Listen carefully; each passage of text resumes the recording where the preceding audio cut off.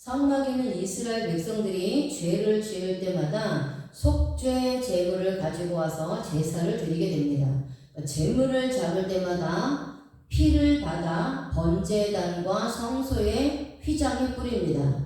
이 피가 매일같이 뿌려지면 성소는 지저분해지고 악취가 나서 숨을 쉴 수 없을 정도가 됩니다.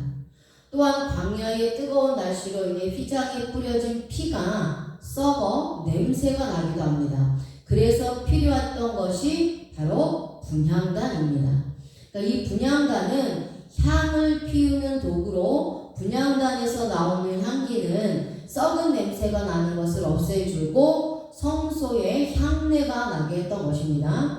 자, 이 분향단에서 나오는 향기는 하늘로 올라가게 됩니다. 이것을 하나님께서는 성도들의 기도라고 말씀하고 있습니다. 분향단의 향이 썩은 냄새를 없애주듯이 기도는 인생의 썩은 냄새를 잡아주고 영혼의 악취를 없애주는 역할을 합니다. 분향단에서 나오는 향기가 하나님께 올라가듯 성도들의 기도가 하나님께 상달되어 올라가므로 하나님과 항상 교통하게 되는 것입니다. 자, 향을 피우려면 분향단이 있어야 합니다. 이 향단이 없으면 향을 피울 수가 없기 때문입니다. 성도들도 기도의 향을 피우려면 분향단이 있어야 합니다. 그렇다면 이 분향단이 가지고 있는 영적인 의미가 무엇이며 나의 신앙과 삶에 어떻게 적용해야 하는지 오늘 또 원문 말씀을 통해서 깨닫고 분향단을 준비하시는 저와 여러분들이 되시기 바랍니다. 자, 먼저 출애굽기 30장 1절에 하나님께서 분향단을 만들라고 하셨는데 조각목으로 만들라고 명령하고 있습니다. 자, 분향은 캡토레트입니다. 이 단어는 카타르, 분향하다, 볼사르다, 향내, 풍기다 라는 뜻에서 유래되었습니다. 그러니까 분향하는 제단은 반드시 있어야 합니다. 이 분향은 자신을 불사르며 태우는 것입니다. 향은 자신을 불태워 다른 사람에게 유익을 주는 것입니다. 그러니까 더러운 악취를 없애주고 향기로운 냄새를 풍기게 됩니다. 그래서 이 분향단은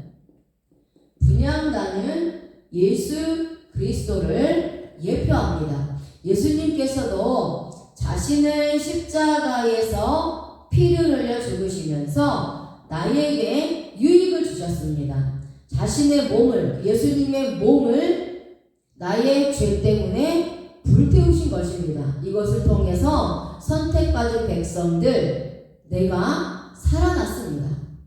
나도 내 자신을 불태워 다른 사람에게 유익을 주는 자가 되어야 합니다. 예수님 때문에 내 죄가 태워졌으니 이제 나도 다른 사람에게 유익을 주는 자가 되어야 한다는 거예요. 그래서 향은 자신이 죽음으로 향기로운 냄새를 풍기게 됩니다. 죽지 않으면 향내가 나지 않습니다. 나도 주님 안에서 죽을 때에 그리스도의 향기가 풍기게 되는 것입니다. 자, 이제 출애굽기 20장에 분향단의 크기에 대해서 나옵니다. 분향단은 가로 50, 세로 50, 높이 100cm의 크기로 만들어졌는데요. 네모 반듯하게 만들라고 했어요. 네모 반듯하게. 자, 이게 분향단입니다. 분향단을 이렇게 네모 반듯하게 만들라고 했습니다. 그 분향단을 네모 반듯하게 만든 것은요, 하나님 앞에 기도하는 나의 마음이 항상 주님 앞에 정직해야 하는 것을 의미합니다. 기도는 거짓된 기도나 자신의 탐욕을 위한 기도가 되어서는 안 되는 거예요. 이 분향단은 휘장 앞에 있었습니다. 휘장. 자, 휘장 앞에 이 분향단이 있습니다. 히브리서 10장 20절에 자, 휘장 앞에 분향단이 있는데 히브리서 10장 20절에 예수님이 십자가에 달려 죽으실 때에 성전의 휘장이 찢어졌습니다. 그렇죠? 그래서 이 휘장은 성소와 지성소를 분리하는 것입니다. 그러니까 이 휘장을 중심으로 해서 지성소, 그리고 여기가 성소잖아요. 그래서 성소 안에 여기 금등대가 있고, 여기는 떡상이 있고, 그 다음에 휘장 앞에 분향단이 있는 거예요. 그래서 이 휘장은 지성소와 성소를 분리하는 것입니다. 근데 이 휘장은 사람의 힘으로는 절대 찢을 수가 없습니다. 하나님께서 직접 찢으신 거예요. 그래서 이 휘장은 예수 그리스도의 몸을 상징하죠. 그리스도께서 십자가상에서 돌아가실 때 이 휘장이 찢어졌습니다. 그래서 그 결과로 모든 그리스도인들은 이 예수 그리스도로 인해서 열려진 길을 통하여 하나님 앞에 담대하게 나아갈 수 있게 되었습니다.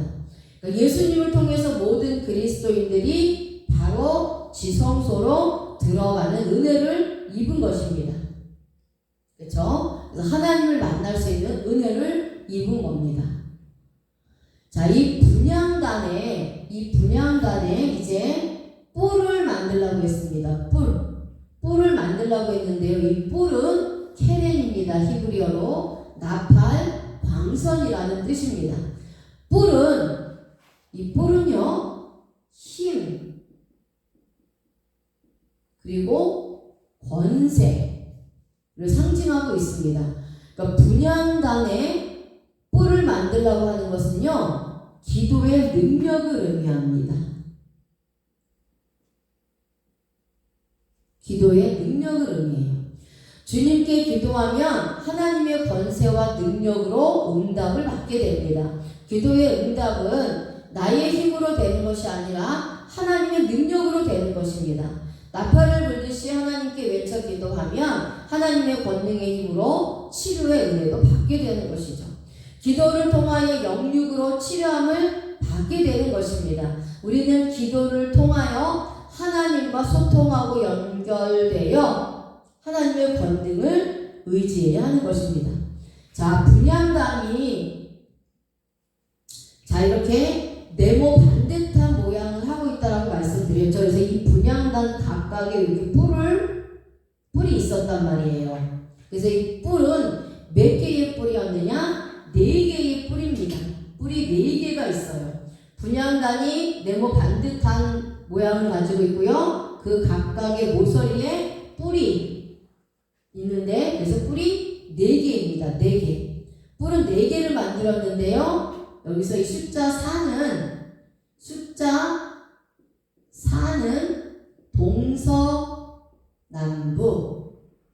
동서남북을 의미합니다. 그래서 이 기도는 이 세상 어디에서 하든지 하나님께서는 다 듣고 능력을 베풀어 주신다라는 거예요. 자, 이제 출애굽기 30장 3절에 하나님께서는 제단 상면과 전후 좌우면과 뿔을 순금으로 싸고 주인은 금태를 두르라고 명령하고 있습니다. 자, 금으로 싸라고 말씀하고 있어요. 그래서 싸다라는 단어는 차파입니다. 씌우다, 입히다, 도금하다 라는 뜻입니다. 분향단의 모든 면과 뿔을 순금으로 씌우고 도금하라는 거예요. 그러니까 분향단도 조각목으로 만들었습니다. 조각목은요, 분향단도 조각목으로 만들었는데 이 조각목은 고난당하신 예수님,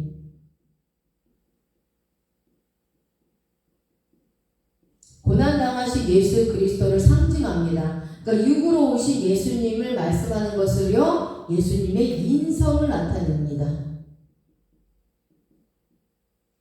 자, 그리고 금으로 싸라고 말씀을 드렸어요. 그렇죠? 자, 그러면 순금은 무슨 뜻이냐? 예수님의 영광, 예수님의 영광을 상징합니다. 그래서 이것은 예수님의 신성, 예수님의 신성을 말하고 있어요. 고난받은 예수님은 한 번으로 끝이 났습니다. 그렇죠? 그래서 고난받은 예수님은 초림으로 오신 예수님이에요. 초림으로 오신 예수님은 하나님의 아들이시며 하나님이십니다. 그래서 하나님의 택한 백성인 나의 원죄와 작업죄를 위해서 대신 죽으시고 나를 구원하시려고 당신이 직접 창조한 피조물에 불과한 사람의 몸으로 이 땅에 오셨습니다. 그래서 십자가에서 죽으시고 부활하심으로 인해 땅과 하늘의 모든 권세 그리고 세상을 심판할 권세를 하나님으로부터 받으셨습니다. 그래서 예수님의 고난은 한 번, 단번에 일어난 단회적인 사건입니다. 그래서 한 번에 단번에 끝났어요. 이제 영광의 주로 예수님은 이 땅에 오십니다. 그러니까 재림하실 때에는 더 이상 고난받은 것이 기억되거나 생각나지 않고 오직 영광만이 예수님을 나타나게 될 것입니다.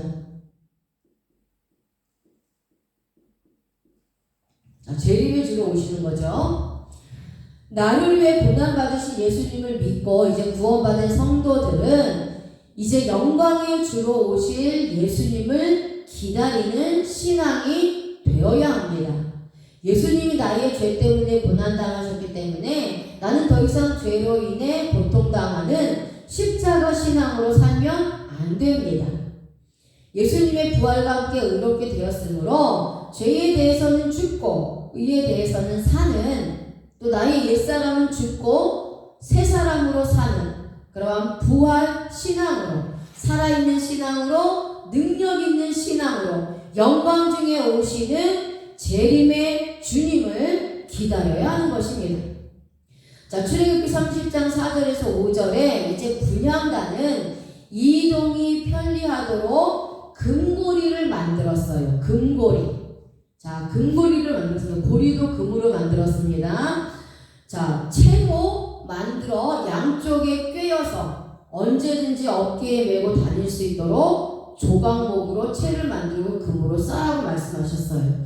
자, 그 고리는 타바아트입니다. 이 단어는 타바, 가라앉다, 침몰하다, 인을 치다, 봉인하다 라는 뜻에서 유래되었습니다.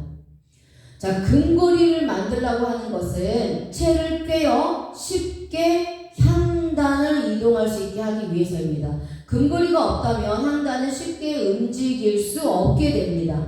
금고리를 통해서 향단을 옮겨 원하는 곳에 두는 것처럼 우리의 인생이 죄악과 세상의 타락으로 인해 침몰되어 가라앉을 때에 언제든지 어디서든지 주님을 향해 부르짖으면 하나님께서 불쌍히 여기시고 세상에서도 응답해 주시는 것입니다. 그런 후에 하나님께서는 더 이상 세상으로 가지 말라고 주님의 복음의 말씀으로 인을 쳐주십니다. 나에게 금고리는 반드시 있어야 합니다. 어느 곳에 있든지 기도의 향단을 움직일 수 있기 때문입니다. 자, 그렇다면 이 향단의 의미는 무엇입니까? 향단의 의미.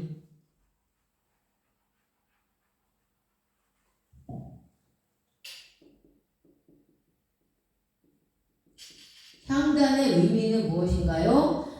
자, 향단의 분향은, 이 분향은 성도들의 기도라고 말씀하고 있어요. 성도들의 기도를 의미하고 있습니다. 시편 141편 1절에서 2절 말씀에 여호와여 내가 주를 불렀사오니 속히 내게 오시옵소서. 내가 주께 부르짖을 때에 내 음성에 귀를 기울이소서. 나의 기도가 주의 앞에 분향함과 같이 되며 나의 손드는 것이 저녁 제사같이 되게 하소서. 아멘. 다윗은 하나님께 기도할 때에 자신의 기도가 주의 앞에 분향함과 같이 되게 해달라고 간청하고 있습니다. 이렇게 분향은 하나님께 올려지는 기도를 말하고 있습니다. 성막은 하나님을 만나는 곳입니다. 없습니다. 우리는 기도를 통하여 하나님을 만나야 하는 것입니다. 자, 출애굽기 30장 7절에 이제 아론이 아침마다 향단 위에 향기로운 향을 사르되 등불을 손질할 때도 사르라고 명령하고 있습니다. 자, 아론은 대제사장입니다. 대제사장은 구원받은 백성을 상징합니다. 아침 일찍 아론은 이 향을 점검하여 피웠던 것입니다. 이것처럼 우리가 항상 새벽에 주님을 찾고 기도하면서 늘 영적인 삶을 살기 위하여 자신을 점검하면서 살펴야 하는 것입니다. 내가 새벽에 하나님께 구할 때 하루의 일과를 시작하기 전에 주님의 뜻대로 살기 위해 구하는 것입니다. 현재 나의 기도의 향은 피워져 있는지 점검해야 합니다. 향단에 향을 붙이는데 금촛대에 등불을 손질할 때에 붙이라고 말씀하고 있어요. 그러니까 향단에 향을 붙이는데 금촛대에 등불을 손질할 때에 향단에 향을 붙이라는 거예요. 그래서 기도는 항상 빛 대신 예수 그리스도와 함께 해야 하는 것을 말합니다. 기도에 주님의 은혜가 없이는 하나님께서 기뻐하시는 기도가 될 수 없습니다. 여기에 불이 필요한데, 자, 이 향단에 붙이는 불이 필요해요. 자, 향단에 붙이는 불이 필요합니다. 근데 이 불은요, 번제단에 있는 불을 사용합니다. 번제단에 불을 사용합니다. 다른 불을 사용하면 하나님께서 죽이세요. 그래서 나답과 아비후가 다른 불을 가지고 성소에 들어갔다가 죽었습니다. 그래서 우리도 기도할 때에 반드시 예수 그리스도의 피의 구속을 믿음으로 기도해야 합니다. 다른 것으로는 절대 기도가 응답되지 않습니다. 그래서 요한복음 16장 23절 말씀에 그날에는 너희가 아무것도 내게 묻지 아니하리라. 내가 진실로 진실로 너희에게 이르노니 너희가 무엇이든지 아버지께 구하는 것을 내 이름으로 주시리라. 지금까지는 너희가 내 이름으로 아무것도 구하지 아니하였으나 구하라. 그리하면 받으리니 너희 기쁨이 충만하리라. 아멘. 자, 그래서 모든 기도는 주님의 이름으로 하나님께 구할 때에 주시다고 말씀하고 있어요. 이제부터 구할 때에 주님의 이름으로 구하는 성도가 되어야 합니다.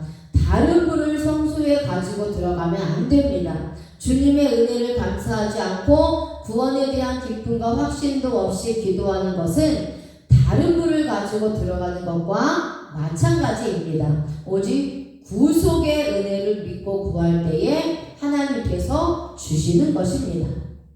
출애굽기 30장 8절에 이제 또 저녁 때 등불을 켤 때에 살을지니 이 향은 너희가 대대로 여호와 앞에 끊지 못할지며 이렇게 말씀하고 있어요. 분향단의 향은 저녁에도 살으라고 했습니다. 그러니까 금초대에 등불을 켤 때에 살으라고 했어요. 어둠이 찾아오기 전에 향에 불을 붙이라는 것입니다. 어둠은 영적인 암흑기를 말씀하고 있어요. 그러니까 내가 신앙생활을 할 때에 영적 암흑기가 올 수 있습니다. 하나님의 은혜가 멀리 떠나고 또 사라지고 영혼이 방황할 때가 있습니다. 이때가 오기 전에, 그러니까 나에게 영적인 암흑기가 오기 전에, 영적인 고통이 다다르기 전에 항상 주님과 연합하여 기도의 삶을 살라고 말씀하고 있는 것입니다. 그래서 이 향은 여호와 앞에 절대 끊어지지 말지니, 절대 끊어지지 말라고 말씀하고 있어요. 자, 끊지 못할지며는 타미드입니다. 타미드. 이 타미드는 항상 매일 끊어지지 않게 라는 뜻입니다. 하나님께 기도하는 것을 항상 기도하라는 것입니다. 오늘 기도했다고 내일 안 하는 것이 아니라 매일같이 하나님 앞에 끊어지지 않게 기도하라는 것을 의미하고 있어요. 그러니까 주님의 십자가 안에서 우리는 항상 기도를 쉬지 말고 해야 합니다. 이것을 하나님이 원하는 분향할 때에 향기로 인해 속죄소의 두 그룹 사이에 구름기둥이 일어나게 됩니다. 그래서 구름기둥과 불기둥은 이스라엘 백성들을 광야에서 인도하던 것입니다. 구름기둥은 이스라엘 백성들에게는 능력이며 방패입니다. 구름기둥 아래 있을 때에는 불뱀과 전갈도 침범하지 못했습니다. 광야에서 구름기둥이 없으면 절대 살 수 없습니다. 그러니까 나의 인생에서 기도를 통해 하나님의 구름기둥이 나를 보호하시고 또 나를 도와주시며 내 인생의 길을 인도해 주시는 것입니다. 그래서 오늘 하나님께서는 나에게 인생의 분향단을 만들라고 말씀하고 있어요. 이것은 기도의 제단을 만들라는 것입니다. 기도의 제단이 없으면 인생의 길이 열리지 않습니다. 기도를 통해 하나님이 길을 열어가시고 영혼이 하나님과 호흡하게 됩니다. 분향단은 언제든지 움직일 수 있도록 만들었습니다. 그러니까 수시로 무시로 기도할 것을 의미합니다. 내가 일을 할 때에도 밥을 할 때에도 잠자기 전에도 기도하는 것입니다. 기도는 때를 정해놓고 해도 좋지만 항상 하나님 앞에 매일같이 숨을 쉬듯이 기도할 것을 말씀하고 있어요. 그러니까 육신은 숨을 쉬지 않으면 금방 죽게 됩니다. 내가 느끼지 못해도 매일같이 나는 숨을 쉬고 있습니다. 잠을 잘 때도 나는 숨을 쉬고 있어요. 이처럼 우리의 기도도 내가 느끼지 못하지만 항상 하나님과 연합되어 기도하는 습관을 들여야 하고 기도가 나의 삶이 될 것을 말씀하고 있습니다. 나의 분향단을 만들어 항상 향이 나의 기도가 하나님께 올라가는 저와 여러분들이 되시기 바랍니다.